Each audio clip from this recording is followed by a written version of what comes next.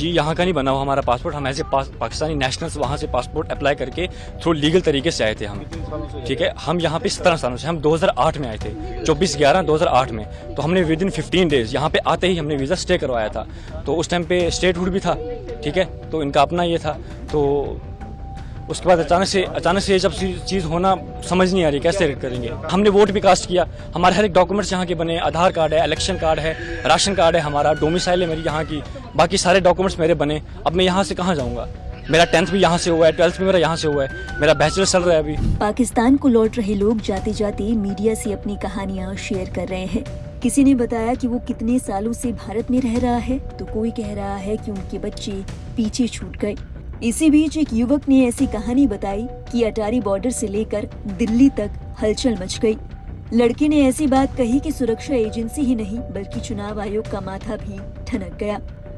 युवक का दावा है कि वो पाकिस्तानी नागरिक है। 2008 में वो भारत आया था। उसके पास भारत का आधार कार्ड और वोटर आईडी भी है। युवक ने ये भी बताया कि उसने चुनावों में वोट तक दिया है। इस युवक के खिलाफ क्या एक्शन हुआ ये आपको बताएंगे, लेकिन उससे पहले आपको सुनाते हैं कि युवक ने क्या कुछ कहा। नीचे पुलिस स्टेशन उड़ी से बोला कि आप आ जाओ नीचे थाने में।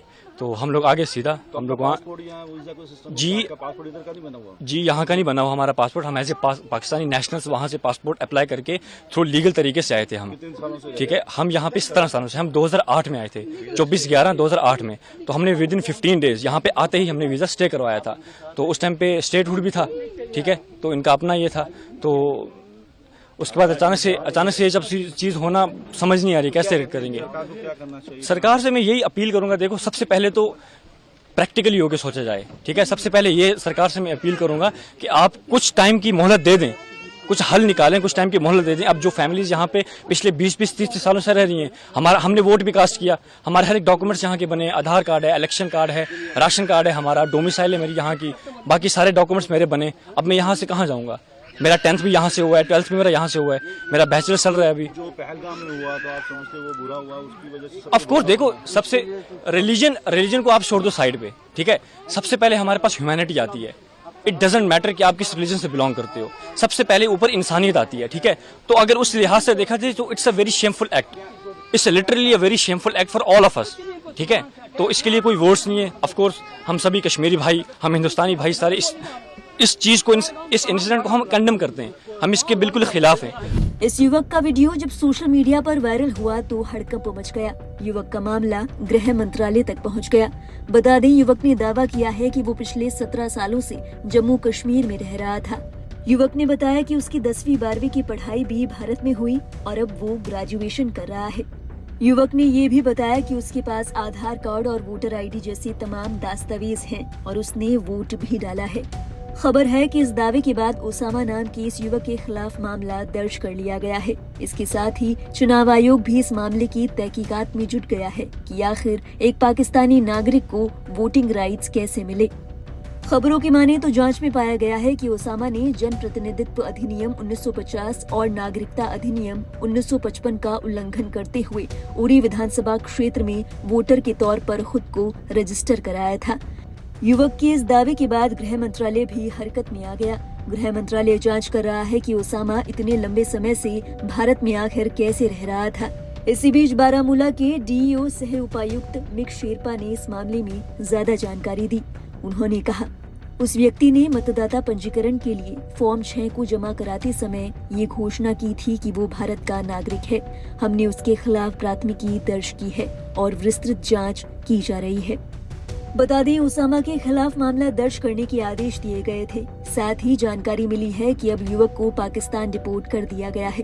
बता दें, अगर कोई भी व्यक्ति अपने आप को वोटर लिस्ट में ऐड कराता है तो नियम के मुताबिक उसे फॉर्म 6 के आखिर में ये घोषणा करनी पड़ती है कि वो भारतीय नागरिक है। इसके अलावा उसे सबूत भी पेश करना होता है कि उसका जन्म स्थान और वर्तमान पता भारत में ही है। इसके जरिए घोषणा की जाती है कि फॉर्म में दी गई जानकारी सही है और इसमें किसी भी तरीके की कोई जालसाजी नहीं है। और अगर जालसाजी जैसा कुछ पाया जाता है तो इसके लिए 1 साल की जेल और जुर्माना भी लगाया जा सकता है। बहरहाल युवक के इस दावे और इस खबर ने लोगों को चौंका दिया है। इस खबर पर आपके क्या विचार हैं? हमें जरूर बताएं कमेंट बॉक्स में। और देश और दुनिया से जुड़ी हर लेटेस्ट अपडेट के लिए सब्सक्राइब करें लाइव हिंदुस्तान। उसामा है, कहाँ से रहने वाले? मैं उड़ी से आया हूँ। इस टाइम उड़ी से आए हम, वो कहाँ पाकिस्तान कहाँ कर रहे हैं? पाकिस्तान रावलपिंडी इस्लामाबाद। तो क्या क्यों भेज रहे हैं, आपको क्या बताया? देखिए कुछ नहीं कह सकते, मेरे इस टाइम पे जो मेरा थॉट प्रोसेस बिल्कुल काम नहीं कर रहा, मैं टोटली ब्लैंक हो गया हूँ। अभी मैं करंटली मैं परसू कर रहा हूँ अपना बैचलर्स इन कंप्यूटर साइंस। मेरा फाइनल सेमेस्टर चल रहा है, जून में मेरे एग्जाम्स थे, तो मेरे कुछ और प्लान्स थे कि एग्जाम्स खत्म करके मैं जॉब्स के लिए इंटरव्यू के लिए मैं प्रिपेयर कर रहा था। लेकिन अचानक से जब सब चीज़ होना, ठीक है, ये बहुत अफेक्ट करती है, तो मेरा इस टाइम थॉट प्रोसेस बिल्कुल डिस्टर्ब हो गया है। ठीक है, मेरे को नहीं पता रिएक्ट कैसे करना है, क्या है क्या नहीं। अब जो चीज़ वहाँ पे हुई, किसने करी, क्या है क्या नहीं, वो किसका हक बनता है? एजेंसीज का हक बनता है उनको अच्छे से रिसर्च करके डीप उनका वो एनालाइज करके उनका आउटपुट देना। हम तो उसमें कुछ नहीं कर सकते ना। हाँ, हमें रिपोर्ट किया, हमें फ़ोन किया था नीचे पुलिस स्टेशन उड़ी से, बोला कि आप आ जाओ नीचे थाने में, तो हम लोग आगे सीधा हम लोग वहाँ। पासपोर्ट यहाँ वीजा कोई सिस्टम? जी, पासपोर्ट इधर का नहीं बना हुआ? जी, यहाँ का नहीं बना हुआ हमारा पासपोर्ट। हम एज ए पाकिस्तानी नेशनल्स वहाँ से पासपोर्ट अप्लाई करके थ्रू लीगल तरीके से आए थे हम। कितने सालों से? ठीक है, हम यहाँ पे 17 सालों से, हम 2008 में आए थे, 24/11/2008 में। तो हमने विद इन 15 डेज यहाँ पे आते ही हमने वीज़ा स्टे करवाया था। तो उस टाइम पे स्टेटहुड भी था, ठीक है, तो इनका अपना ये था।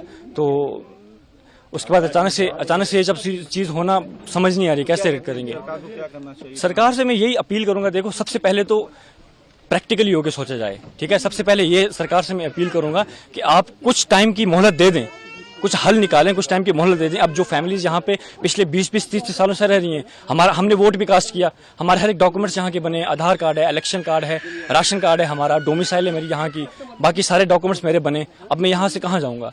मेरा 10th भी यहाँ से हुआ है, 12th भी मेरा यहाँ से हुआ है, मेरा बैचलर चल रहा है अभी। जो पहलगाम में हुआ तो आप समझते वो बुरा हुआ, उसकी वजह से ऑफ कोर्स, देखो सबसे रिलीजन को आप छोड़ दो साइड पे, ठीक है, सबसे पहले हमारे पास ह्यूमैनिटी आती है। इट डजेंट मैटर कि आप किस रिलीजन से बिलोंग करते हो, सबसे पहले ऊपर इंसानियत आती है। ठीक है, तो अगर उस लिहाज से देखा जाए तो it's a very shameful act, it's literally a very shameful act for all of us. ठीक है, तो इसके लिए कोई वर्ड्स नहीं है। ऑफ कोर्स हम सभी कश्मीरी भाई, हम हिंदुस्तानी भाई सारे इस चीज को, इस इंसिडेंट को हम कंडेम करते हैं, हम इसके बिल्कुल खिलाफ हैं। अब सरकार को क्या मांग करते सरकार को मैं यही, देखो सबसे पहले तो सरकार को मैं ये मांग करता हूँ कि जिन्होंने भी ये चीज करी, आप उनको अच्छे से देखें, खोजें, उसके बाद उनके अगेंस्ट प्रॉपर एक्शन लें, हम आपके साथ खड़े हैं। दूसरी चीज, मैं इन फैमिलीज के माध्यम से यहाँ तो ये बोलना चाहूंगा कि हमें मोहलत दी जाए, ठीक है, प्रॉपर एक हल निकाला जाए। अब मेरी एग्जांपल ले लें, मैं कहाँ जाऊंगा? As I told you, I have done my 10th and 12th as well from this side, right? So अभी मैं परसू कर रहा हूँ बैचलर्स, तो मैं कहाँ जाऊंगा? वहाँ पे जाऊंगा, मेरा फ्यूचर क्या है वहाँ पे, है ना? मेरी एक्सपेक्टेशंस जहाँ की थी कि मैं आप ये कंप्लीट करूंगा अपनी पढ़ाई, फर्दर में क्या करूंगा क्या नहीं।